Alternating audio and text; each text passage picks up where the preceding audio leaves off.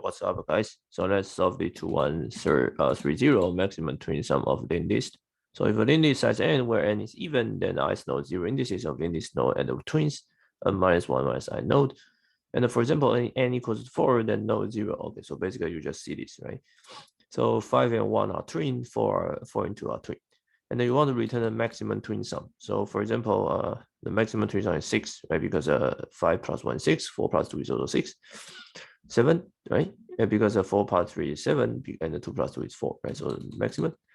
Okay, so this problem, I don't know. I mean, I not so naive ways that I just link this traversal and take the sum, right? So I start initialize and the while head. So I go through this.